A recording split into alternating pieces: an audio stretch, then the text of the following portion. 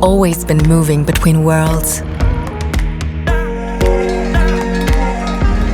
For me, identity is a process.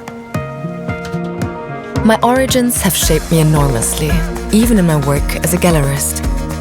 Creating spaces where different influences meet fascinates me. The contrasts, the contradictions, and also the dialogue.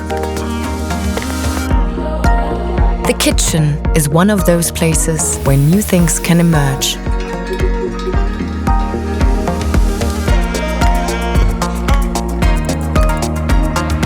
Cooking together, trying things out, experimenting.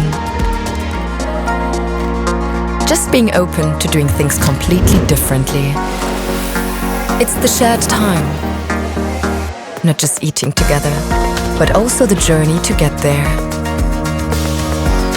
This kind of cooking is also a part of me.